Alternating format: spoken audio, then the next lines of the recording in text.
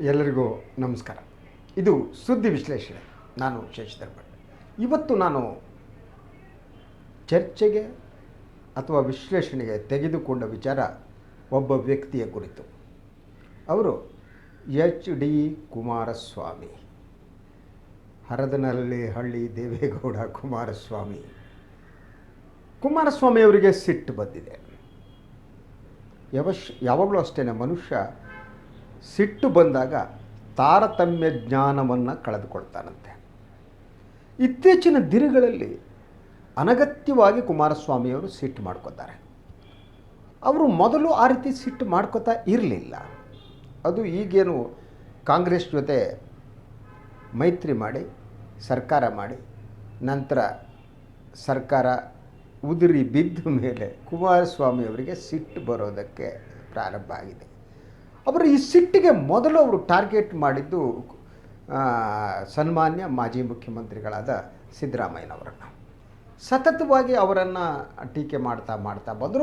ಅದರಂತೆ ಇವರು ಏನು ಕಡಿಮೆ ಇಲ್ಲ ಬಿಡಿ. ಸಿದ್ದರಾಮಯ್ಯನವರು ಅದೇ ರೀತಿ ಜಗಳ ಮಾಡಿದ್ರು. ಇಬ್ಬರು ಸೇರಿ ಕೋಳಿ ಜಗಳ ಮಾಡಿ ಇಡೀ ಕರ್ನಾಟಕದ ಪ್ರತಿಪಕ್ಷದ ರಾಜಕೀಯವನ್ನು ಹೊಲಸು ಗಬ್ಬೆಬ್ಬಿಸ್ಬಿಟ್ಟು ಸುಮ್ಮನಾದರು. ಈಗ ಇದ್ದಕ್ಕಿದ್ದಾಗೆ ಪ್ರಾರಂಭ ಆದದ್ದು ಸುಮಲತಾ ವರ್ಸಸ್ HD ಕುಮಾರಸ್ವಾಮಿ. ಇಡೀ ಈ ಪ್ರಕರಣವನ್ನು ಗಮನಿಸಿದರೆ ಈ ಪ್ರಕರಣದಲ್ಲಿ ತಪ್ಪು ಕಾಣುವುದು ಕುಮಾರಸ್ವಾಮಿ ಅವರದ್ದು. ಯಾಕೆಂದರೆ ಸುಮಲತಾ ಮೇಲೆ ಅವರು ಮಾಡಿರುವ ಆರೋಪಗಳು, ಟೀಕೆಗಳು, ದ್ವೇಷ ಕೂಡ ಯಾವುದೇ ಒಬ್ಬ ಗೌರವಾನ್ವಿತ ವ್ಯಕ್ತಿಗೆ ಗೌರವ ತರುವಂಥದ್ದಲ್ಲ. ಹಾಗಿದ್ರೆ ಸುಮಲತಾ ಮಾಡಿರುವ ತಪ್ಪೇನು?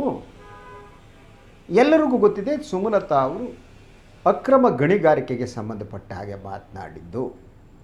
ಅದು ಕನ್ನಂಬಾಡಿ ಕಟ್ಟೆಯಲ್ಲಿ ಬಿರುಕು ಬಂದಿದೆ ಅನ್ನುವ ಸಂಬಂಧವಾಗಿ. ಆ ಬಿರುಕು ಬಂದಿದ್ದರೆ ಅದಕ್ಕೆ ಕಾರಣ ಏನಿದೆ, ಅದು ಅದರ ಸುತ್ತಮುತ್ತಲು ನಡೆಯುತ್ತಿರುವಂಥ ಗಣಿಗಾರಿಕೆ. ಬಹಳ ಸರಳವಾಗಿ ಸುಮಲತಾ ಈ ಮಾತನ್ನು ಹೇಳಿದರು. ಇದರಿಂದ ಯಾಕೆ ಕುಮಾರಸ್ವಾಮಿಯವರು ಉರಿದುಕೊಳ್ಬೇಕು? ಅವ್ರಿಗೆ ಯಾಕೆ ಸಿಟ್ಟು ಬರಬೇಕು? ಸಿಟ್ಟು ಯಾಕೆ ಬರುತ್ತೆ? ಅದಕ್ಕೆ ಕಾರಣ ಏನು? ಸೊ 2-3 ಕಾರಣಗಳನ್ನು, ಕುಮಾರಸ್ವಾಮಿಯವರಿಗೆ ಸಿಟ್ಟು ಬರೋದಕ್ಕೆ 2-3 ಕಾರಣಗಳನ್ನು ಹೇಳ್ಬೋದು ನಾವು. ಮೊದಲನೇದು, ಅವರ ಸುಪುತ್ರ ನಿಖಿಲ್ ಅವರು ಮಂಡ್ಯ ಚುನಾವಣೆಯಲ್ಲಿ ಸೋತಿದ್ದನ್ನು ಅವ್ರಿಗೆ ಇವತ್ತಿಗೂ ಅರಗಿಸಿಕೊಳ್ಳುವುದಕ್ಕೆ ಸಾಧ್ಯ ಆಗಿಲ್ಲ. ಅದಕ್ಕೆ ಕಾರಣ ಅವರ ಒಳಗಡೆ ಇರುವ ಅಹಂಕಾರ. ನಮ್ಮ ಕುಟುಂಬದ ಕುಡಿ, ನಮ್ಮ ದೇವೇಗೌಡರ ಮರಿಮಗ ಮೊಮ್ಮಗ, ಇವರನ್ನು ಇದ್ಯಾವುದೋ ಹೆಣ್ಣು ಮಕ್ಕಳು, ಇದೊಂದು ದುರಹಂಕಾರ. ಅಂದರೆ ಮಂಡ್ಯ, ಹಾಸನ ಮೊದಲಾದ ಒಕ್ಕಲಿಗರ ಬೆಲ್ಟ್ ಏನಿದೆ ಅದು ತಮ್ಮ ಪಿತ್ರಾರ್ಜಿತ ಆಸ್ತಿ ಅನ್ನುವ ಹಾಗೆ ಈಸ್ ಟೇಕನ್ ಫಾರ್ ಗ್ರ್ಯಾಂಟೆಡ್. ಮಂಡ್ಯದ ಜನರನ್ನು ಟೇಕನ್ ಫಾರ್ ಗ್ರ್ಯಾಂಟೆಡ್. ಮಂಡ್ಯದ ಒಕ್ಕಲಿಗರಿದ್ದಾರಲ್ಲ, ಅವರು ನಿಜವಾದ ಮಣ್ಣಿನ ಮಕ್ಕಳು. ಅವರು ಎಂದೂ ಕೂಡ ಜಾತಿ ಕೋಮು ರಾಜಕಾರಣ ಮಾಡಿದವರೇ ಅಲ್ಲ. ಯಾರು ಅದ್ಭುತವಾಗಿ ಕೆಲಸ ಮಾಡ್ತಾರೆ, ಅವರು ಸಪೋರ್ಟ್ ಮಾಡ್ತಾ ಬಂದಂಥ ಜನ ಮಂಡ್ಯದವರು.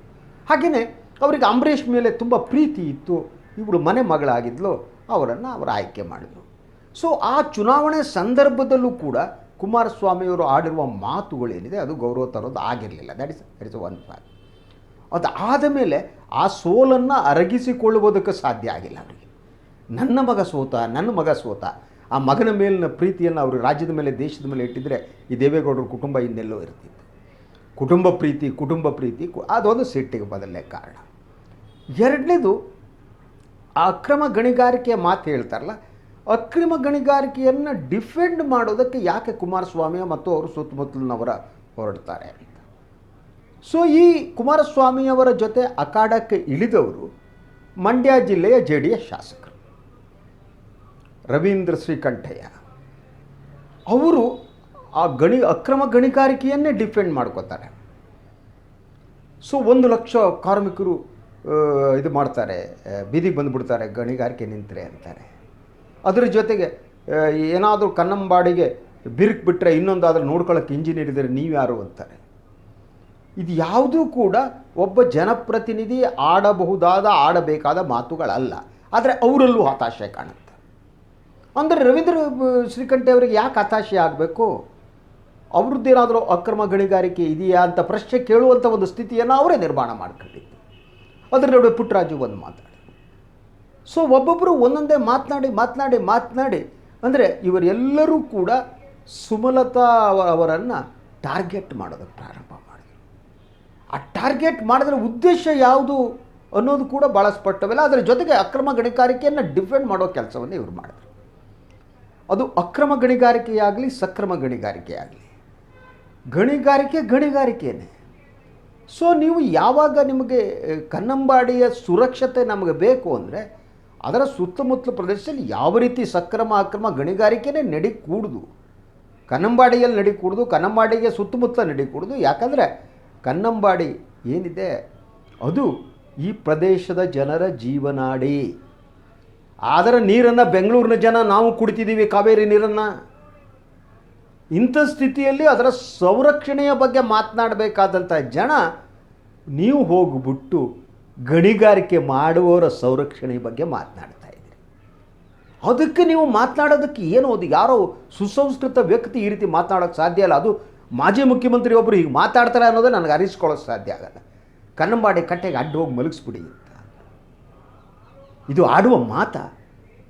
ನಿಮಗೆ ಸಿಟ್ಟಿರ್ಬೋದು, ಬೇಸರ ಇರ್ಬೋದು, ಅದು ಬೇರೆ. ಅದರ ಜೊತೆಗೆ ರವೀಂದ್ರ ಶ್ರೀಕಂಠಯ್ಯವರು ಹೇಳ್ತಾರೆ, ಅಂಬರೀಷ್ ಅವರ ಕಾಲದಲ್ಲಿಯೇ ಇಂತಹ ನಡೆದರೆ ನೀವು ಅದರ ಬಗ್ಗೆ ತನಿಖೆ ಮಾಡಿಸಿ ದಾಖಲೆ ಇಡಿ, ಕ್ರಮ ಕೈಗೊಳ್ಳಿ. ಆದರೆ ಒಬ್ಬ ವ್ಯಕ್ತಿ ತಾನು ಡಿಫೆಂಡ್ ಮಾಡ್ಕೊಳ್ಳೋಕ್ಕೆ ಸಾಧ್ಯ ಇಲ್ಲ, ಈಗ ಸತ್ತೋಗಿದ್ದಾರೆ, ಅವ್ರ ಮೇಲೆ ಆರೋಪ ಮಾಡ್ತೀರಾ ನೀವು? ಅಂಬರೀಷ್ ನಮ್ಮ ನಡುವೆ ಇಲ್ಲ, ಅವರಿದ್ರೆ ಡಿಫೆಂಡ್ ಮಾಡ್ಕೋತಿದ್ರು ಅಲ್ವಾ? ಅವರಿದ್ದಾಗ ನಿಮ್ಗೆ ಹೇಳೋದಕ್ಕೆ ಏನಾಗಿತ್ತು ದಮ್ಮು? ಈಗ ಅಂಬರೀಷ್ ಅವ್ರು ತೀರಿದ ಮೇಲೆ ಈಗ ಆರೋಪ ಮಾಡ್ತಿರಲ್ಲ ನೀವು, ಅವ್ರು ಬಂದು ಹೇಗೆ ಡಿಫೆಂಡ್ ಮಾಡ್ಕೋತಾರೆ ಅಂಬರೀಷ್? ಅಥವಾ ಆ ಕಾಲದಲ್ಲಿ ಅಕ್ರಮ ಗಣಿಗಾರಿಕೆ ನಡೆದಿದ್ದರೆ ಸುಮಲತಾ ಹೇಗೆ ಅದಕ್ಕೆ ಜವಾಬ್ದಾರರಾಗ್ತಾರೆ? ಅವರು ರಾಜಕಾರಣ ಮಾಡ್ತಿರ್ಲಿಲ್ವಲ್ಲ, ನೀವು ಜವಾಬ್ದಾರರಾಗ್ತೀರಿ. ಅಂಬರೀಷ್ ಅವ್ರ ಕಾಲ ಇರಲಿ, ಇನ್ನೊಂದು ಕಾಲ ಇರಲಿ, ಆ ಕಾಲದಲ್ಲಿಯೂ ಅಕ್ರಮ ಗಣಿಗಾರಿಕೆ ನಡೆದರೆ ಅದರ ಜವಾಬ್ದಾರಿ ಹೊರಹೋಲಿ ಕುಮಾರಸ್ವಾಮಿನೋ ರವೀಂದ್ರ ಶ್ರೀಕಂಠ ಇವರು ಆಗಿರ್ತಾರೆ. ಯಾಕೆಂದರೆ ನೀವು ರಾಜಕಾರಣದಲ್ಲಿದ್ದೀರಿ. ಆ ಸಂದರ್ಭದಲ್ಲಿ ಸುಮಲತಾ ರಾಜಕಾರಣದಲ್ಲಿ ಇರಲಿಲ್ಲ, ಅವಳು ಹೌಸ್ ವೈಫ್ ಆಗಿದ್ಲು, ನಟಿಯಾಗಿದ್ಲು. How can you say that? ಒಂದು ರಾಜಕೀಯ ಅನ್ನೋದು ಇಷ್ಟು ಹೀನ ಹಂತಕ್ಕೆ, ಇಂಥ ಕ್ಷುಲ್ಲಕವಾದ ಒಂದು ಸ್ಥಿತಿಗೆ ತಲುಪುತ್ತೆ ಅಂತ ನಾನು ಅಂದ್ಕೊಂಡಿರಲಿಲ್ಲ. ಅದರ ಜೊತೆಗೆ ಅವರು ಬಳಸಿಕೊಳ್ಳುವುದು ನೋಡಿ, ಅಂಬರೀಷನ್ನು ಬಳಸಿಕೊಳ್ಳುವ ರೀತಿ. ಒಂದು ಕಡೆ ಅಂಬರೀಷ್ ಅವರು ಆರೋಪ ಮಾಡ್ತಾರೆ, ಇವರು ಅಂಬರೀಷ್ ಕಾಲದಲ್ಲಿ ಅಕ್ರಮ ಗಣಿಗಾರಿಕೆ ನಡೀತಿತ್ತು ಅಂತ. ನಂತರ ಅಂಬರೀಷ್ ಅವರ ಸ್ಮಾರಕ ರಚಿಸುವುದರಲ್ಲಿ ತಾನೇ ಅದ್ಭುತವಾದ ಕೆಲಸ ಮಾಡಿದ್ದೆ, ನಾನೇ ಮಾಡಿದ್ದೆ ಅಂತ ಹೇಳ್ತಾರೆ ಕುಮಾರಸ್ವಾಮಿ.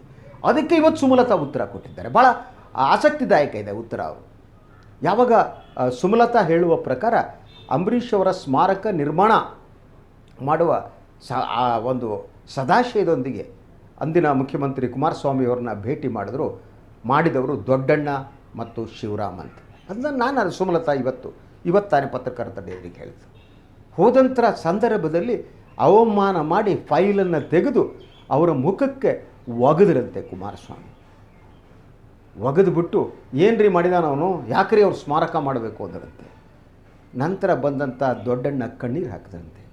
ನನ್ನ 40 ವರ್ಷಗಳ ಚಿತ್ರರಂಗದ ಬದುಕಿನಲ್ಲಿ ನನಗೆ ಯಾರೂ ಹೀಗೆ ಅವಮಾನ ಮಾಡಿಲ್ಲ ಅಂತ ಶಿವರಾಮಣ್ಣ ಬೇಸರ ಮಾಡಿಕೊಂಡ್ರಂತೆ.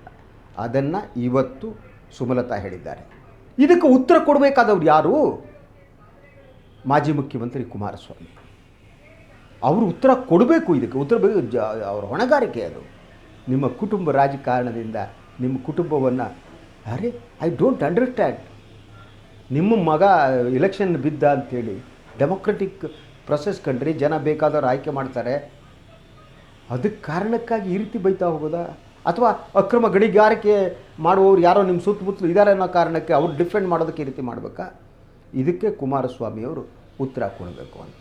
ಅದ್ರ ಜೊತೆಗೆ ಸುಮಲತಾ ಹೆಚ್ಚು ಜಾಣತನದಿಂದ ಮಾತಾಡಿದ್ರೆ ಶಿ ಲುಕ್ಸ್ ಮೋರ್ ಮ್ಯಾಚ್ಯೂರ್ಡ್ ಅಂತ ಅನಿಸುತ್ತೆ. ಅವಳು ಆ ರೀತಿ ಮಾತಾಡಿಲ್ಲ. ಅಂದರೆ ಕುಮಾರಸ್ವಾಮಿಗೆ ಅವಮಾನ ಆಗೋಂಥ ಮಾತು, ಆದರೆ ಚುಚ್ಚುವ ಮಾತನ್ನು ಆಡಿದ್ದಾರೆ. ಭಾಳ ಚುಚ್ಚುವ ಮಾತನ್ನು ಅವಾಗವಾಗ ಒಂದೊಂದೇ ಪಾನನ್ನು ಬಿಡ್ತಾ ಇದ್ದಾರೆ ಅವರು. ಸೊ ಭಾಳ ಮುಖ್ಯವಾಗಿ ನೀವು ಸೌಜನ್ಯವನ್ನು ನೀವು ಪ್ರಜ್ವಲ್ ಅವರ ಹತ್ರ ಕಲೀರಿ ಅಂತ ಅದು ಭಾಳ ಹತ್ರ ಅವ್ರ ಕುಟುಂಬದಲ್ಲೇ ನೀವು ಪ್ರಜ್ವಲ್ಗಿರುವಂಥ ಒಂದು ಸೌಜನ್ಯ ನಿಮಗಿಲ್ಲ ಅನ್ನೋ ಅರ್ಥದಲ್ಲಿ ಅವ್ರು ಮಾತಾಡಿದ್ರು. ಅದು ಇನ್ನಷ್ಟು ಕೆಣಕ್ಬಿಡ್ತು. ಆ ಕೆಣಕಿದ ಮೇಲೆ ರೇವಣ್ಣ ಒಂದು ಮಾತು ಹೇಳ್ತಾರೆ. ಸೊ ನೀವು ನನ್ನ ಮಗನ ಹೆಸರು ಹೇಳ್ಬಿಟ್ಟು ಪಾರ್ಟಿ ಹೊಡೆಯೋಕ್ಕಾಗಲ್ಲ. ಯಾರು ಪಾರ್ಟಿ ಹೊಡೆಯೋ ಮಾತನ್ನೇ ಆಡಿಲ್ಲ. ಅದನ್ನೇ ಕುಮಾರಸ್ವಾಮಿ ಹೇಳ್ತಾರೆ, ನಮ್ಮ ಕುಟುಂಬ ಪಾರ್ಟಿಯೆಲ್ಲ ಹೊಡೆಯೋಕ್ಕಾಗಲ್ಲ. ನೀವು ಯಾರು ಹೇಳಿದ್ರು? ಈ ಮಾತು ಹೇಳಿದ್ರೆ ಕುಟುಂಬ ಯಾಕೆ ಹೊಡಿಬೇಕು?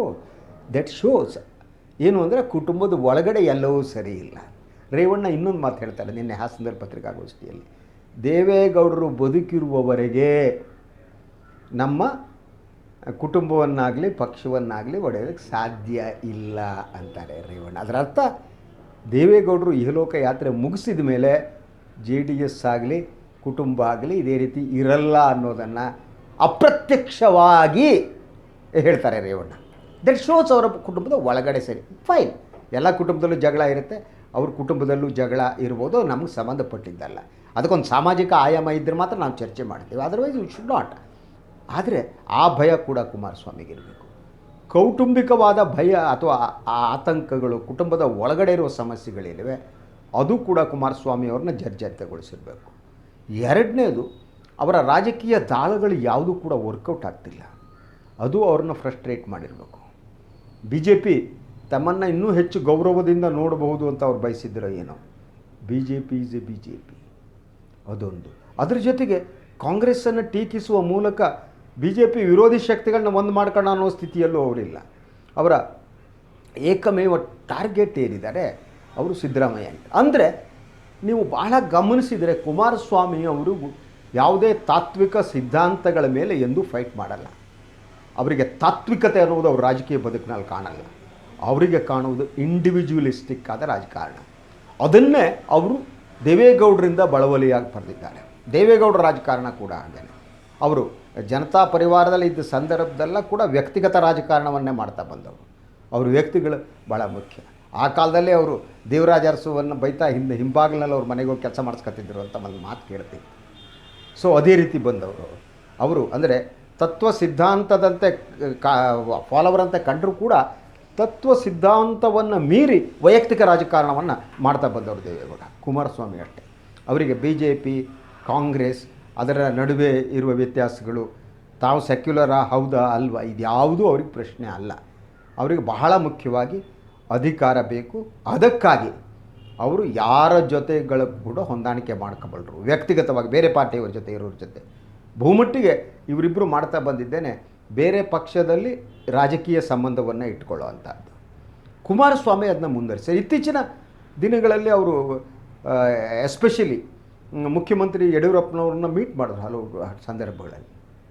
ಅದು ಯಾವುದಕ್ಕೆ ಮೀಟ್ ಮಾಡಲಿ, ಮೀಟ್ ಮಾಡುವ ಮೂಲಕ ಅವ್ರು ಏನು ಮೆಸೇಜ್ಗಳನ್ನ ಕೊಡ್ತಿದ್ದಾರೆ ಅಂತಂದರೆ, ರಾಮನಗರ ಜಿಲ್ಲೆಯಲ್ಲಿ ನಾನೇ ಕಿಂಗು. ಅವರು ಪಾರ್ಟಿಲಿ ಮಿನಿಸ್ಟ್ರ್ ಇದ್ದಾರೆ ಪಾಪ ಯೋಗೇಶ್ವರು, ಅವ್ರಿಗೆ ಕೇಳೋರೇ ಇಲ್ಲ. ಅಧಿಕಾರಿಗಳು ಹಾಕ್ಬೇಕಾದ್ರೂ ಅಷ್ಟೇ. ಯಡಿಯೂರಪ್ಪರ ರಾಜಕಾರಣ ಕೂಡ ಅಷ್ಟೇ. ಅವರು ಪಕ್ಷ ಸಿದ್ಧಾಂತ ಅದೆಲ್ಲ ಬಂದೇಕಾಯಿ ಅವರು ಪ್ರತಿಪಕ್ಷದವ್ರು ಚೆನ್ನಾಗಿ ಇಟ್ಕೋಬೇಕು, ಫಸ್ಟ್ ಕ್ಲಾಸ್ ಇಟ್ಕೋಬೇಕು ಅಂತೇಳಿ ಸಿದ್ದರಾಮಯ್ಯನವ್ರನ್ನ ಇವ್ರನ್ನ ಚೆನ್ನಾಗಿ ಇಟ್ಕೊಟ್ಟು ಅವ್ರು ಕೆಲಸ ಮಾಡಿಕೊಡ್ತಾ ಕೂತಿದ್ದಾರೆ. ಆದರೆ ಅವ್ರ ಪಕ್ಷಕ್ಕೆ ಅದ್ರ ಮೂಲಕ ಏನಾಗುತ್ತೆ ಅನ್ನೋದು ಆಲೋಚನೆ ಮಾಡ್ತಾ ಇಲ್ಲ. ಸೊ ಕುಮಾರಸ್ವಾಮಿ ಈ ವೈಯಕ್ತಿಕ ರಾಜಕಾರಣ ಏನಿದೆ ಅವರ ರಾಜಕಾರಣವೇ ವೈಯಕ್ತಿಕ ದ್ವೇಷ ಸ್ನೇಹದ ಮೇಲೆ ನಿಂತಿದೆ ಅಂತ, ತತ್ವ ಸಿದ್ಧಾಂತದ ಮೇಲೆ ಅಲ್ಲ. ಅವರಿಗೆ ತತ್ವ ಸಿದ್ಧಾಂತ ಅನ್ನುವುದೇ ಇಲ್ಲ. ಅವರಿಗೆ ಕೋಮುವಾದ ಒಂದು ಬಹಳ ಮುಖ್ಯವಾದ ಪ್ರಶ್ನೆ ಅಲ್ಲ, ಜಾತಿವಾದ ಬಹಳ ಮುಖ್ಯವಾದ ಪ್ರಶ್ನೆ ಅಲ್ಲ. ಅವರಿಗೆ ಅಧಿಕಾರವನ್ನು ಪಡೆಯುವುದೇ ಬಹಳ ಮುಖ್ಯವಾದ ಪ್ರಶ್ನೆ. ಆ ಕಾರಣಕ್ಕಾಗಿ ಅವರು ಕಣ್ಣೀರು ಹಾಕಬಲ್ಲರು. ಬೇರೆಯವರು ಕಣ್ಣೀರನ್ನ ಒರೆಸೋದಕ್ಕಿಂತ ಹೆಚ್ಚಾಗಿ ಅವರು ಕಣ್ಣೀರು ಹಾಕಿದ್ದೇ ಹೆಚ್ಚು. ಅಪ್ಪ ಮಗ ಇಬ್ಬರು ಕೂಡ ಆಗಾಗ ಕಣ್ಣೀರು ಹಾಕ್ತಾ ಸಿಂಪತಿಯನ್ನು ಪಡೆಯೋದಕ್ಕೆ ಯತ್ನ ಮಾಡ್ತಾರೆ. ಇತ್ತೀಚೆಗೆ ಈಗ ಇನ್ನೊಂದು ಮಾತನ್ನು ಅವ್ರು ಹೇಳಿದ್ದಾರೆ ಮೊನ್ನೆ ಅವ್ರ ಪಾರ್ಟಿ ಮೀಟಿಂಗ್ನಲ್ಲಿ. ಸೊ ಏನಂತ ಹೇಳಿದ್ರು ಅವರು, ಸೊ ಮುಂಬರೋ ಚುನಾವಣೆಯಲ್ಲೂ ನಾನು 30-40 ಸೀಟ್ ಬಂದರೆ ನಾನು ರಾಜಕೀಯವಾಗಿ ಮುಂದುವರಿಬೇಕೋ ಬೇಡುವ ತೀರ್ಮಾನ ತಗೋತೀನಿ, ಬೇಡ ಅಂದರೆ ರಾಜಕಾರಣ ಬಿಟ್ಬಿಡ್ತೀನಿ, ನಿವೃತ್ತರಾಗ್ತೀನಿ ಅಂತ. ಇದು ಫಸ್ಟ್ ಟೈಮ್ ಅಲ್ಲ. ಅವರು ಕಳೆದ 10 ವರ್ಷಗಳಿಂದ ನಿವೃತ್ತಿಯ ಮಾತನ್ನು ಹೇಳ್ತಾರೆ. ಅವರು ನಿವೃತ್ತಿ ಆಗ್ತೀನಿ ಅಂದ ತಕ್ಷಣ ಪಕ್ಕದಲ್ಲಿರುವ ಅವರ ತಂದೆಯವರಾದಂಥ ಮಾಜಿ ಪ್ರಧಾನಿಗಳು ಎದ್ದು ಹೇಳ್ತಾರೆ, ಇಲ್ಲ ಮಗನೇ ಬೇಜಾರು ಮಾಡ್ಕೋಬೇಡ ಅಂತ. ಅವ್ರು ಅನ್ನ ಅಂದರು, ಅಯ್ಯೋ ನೀವು ಬೇಸರ ಮಾಡ್ಕೋಬೇಡ, ಕುಮಾರಣ್ಣನ ಜೊತೆಗೆ ನಾವೆಲ್ಲ ಇದ್ದೀವಿ, ನಾವೆಲ್ಲ ಕುಮಾರಣ್ಣನ ಕೈ ಬಲಪಡಿಸ್ಬೇಕು ಅಂದರು ದೇವೇಗೌಡರು.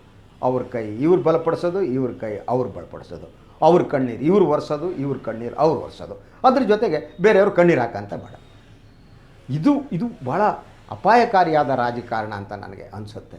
ಈಗಲೂ ಕೂಡ ತತ್ವ ಸಿದ್ಧಾಂತದ ಮೂಲಕ ಅವರು ರಾಜಕೀಯ ಪಕ್ಷವನ್ನು ಕಟ್ಟಬೇಕು ಅಂತ ಬಯಸುವನು ನಾನು. ಅವರ ತತ್ವ ಸಿದ್ಧಾಂತ ವೈಯಕ್ತಿಕ ಕುಟುಂಬ ರಾಜಕಾರಣಕ್ಕೆ ಮಾತ್ರ ಸೀಮಿತ ಆಗ್ಬೋದು. ತತ್ವ ಅಂದರೆ ಯಾವುದು?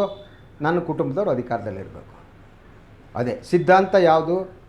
ಕುಟುಂಬವನ್ನು ಸಂರಕ್ಷಿಸುವುದು. ಸಿದ್ಧಾಂತ ಯಾವುದು? ನನ್ನ ಸುತ್ತಮುತ್ತಲು ಇರೋರು ಏನು ಬೇಕಾದ್ರೂ ಮಾಡ್ಕೊಂಡು ಹೋಗಲಿ, ನಾನು ಅವ್ರು ಸಂರಕ್ಷಣೆ ಮಾಡಬೇಕು ರಾಜಕೀಯ. ಇದು ಅವರ ತತ್ವ ಸಿದ್ಧಾಂತ ಅನಿಸುತ್ತೆ. ಅದಕ್ಕೆ ಬಿಟ್ಟು ಸಾಮಾಜಿಕ ಬದ್ಧತೆ ಏನಿದೆ, ಸಾಮಾಜಿಕ ನ್ಯಾಯದ ಪ್ರಶ್ನೆ ಏನಿದೆ, ಇಂಥದ್ದು ಯಾವುದೂ ಕೂಡ ಕುಮಾರಸ್ವಾಮಿಯವರಿಗೆ ಕಾಡ್ತಾ ಇಲ್ಲ ಅನ್ನೋದೇ ದುಃಖದ ಸಂಗತಿ. ಈಗಲಾದರೂ ಕೂಡ ಕುಮಾರಸ್ವಾಮಿಯವರು ತಮ್ಮ ಇಡೀ ನಡವಳಿಕೆಯನ್ನು ಬದಲಿಸಿಕೊಳ್ಳಿ. ಅವರ ವೈಯಕ್ತಿಕ ದ್ವೇಷದ ರಾಜಕಾರಣವನ್ನು ಬಿಟ್ಟುಬಿಡಲಿ. ಅವರ ಮಗ ಬೆಳೆದರೆ ಆಯ್ಕೆ ಆಗ್ತಾನೆ, ಜನ ಆಯ್ಕೆ ಮಾಡಿದರೆ ಬರ್ತಾರೆ, ಇಲ್ಲಿದ್ರೆ ಬಿಡ್ತಾರೆ. ಆದರೆ ಮಕ್ಕಳು ಮರಿಮಕ್ಕಳನ್ನ ಎಲ್ಲರನ್ನೂ ಕೂಡ ಅಧಿಕಾರದಲ್ಲಿ ಕೂಡಿಸಿ ನಾನು ಇಹಲೋಕ ಯಾತ್ರೆ ಮುಗಿಸ್ತೀನಿ ಅಂದ್ಕೊಂಡಿದ್ದರೆ ಮರಿಬಲ್ಲ. ಆದ್ದರಿಂದ ಇವತ್ತು ಕುಮಾರಸ್ವಾಮಿ ಚಿಂತಿತರಾಗಿದ್ದಾರೆ, ಮಾನಸಿಕವಾಗಿ ಕುಗ್ಗಿದ್ದಾರೆ. ಅವರು ಅದರಿಂದ ಹೊರಗೆ ಬರಲಿ. ಅದು ಹೊರಬರಬೇಕು ಅಂತಂದರೆ ಈ ಕುಟುಂಬ ಪ್ರೇಮ ಮತ್ತು ಮೋಹ ಮತ್ತು ಸುತ್ತಮುತ್ತಲಿರುವ ದುಷ್ಟರನ್ನು ಬೆಳೆಸುವ ಮನಸ್ಥಿತಿ ಇದೆಯಲ್ಲ, ಅದು ಬದಲಾಗಬೇಕು ಅಂತ ಹೇಳಿ ಇವತ್ತಿನ ಈ ಸುದ್ದಿ ವಿಶ್ಲೇಷಣೆಯನ್ನು ಮುಗಿಸ್ತೀನಿ. ಎಲ್ಲರಿಗೂ ಒಳ್ಳೆಯದಾಗಲಿ. ನಮಸ್ಕಾರ.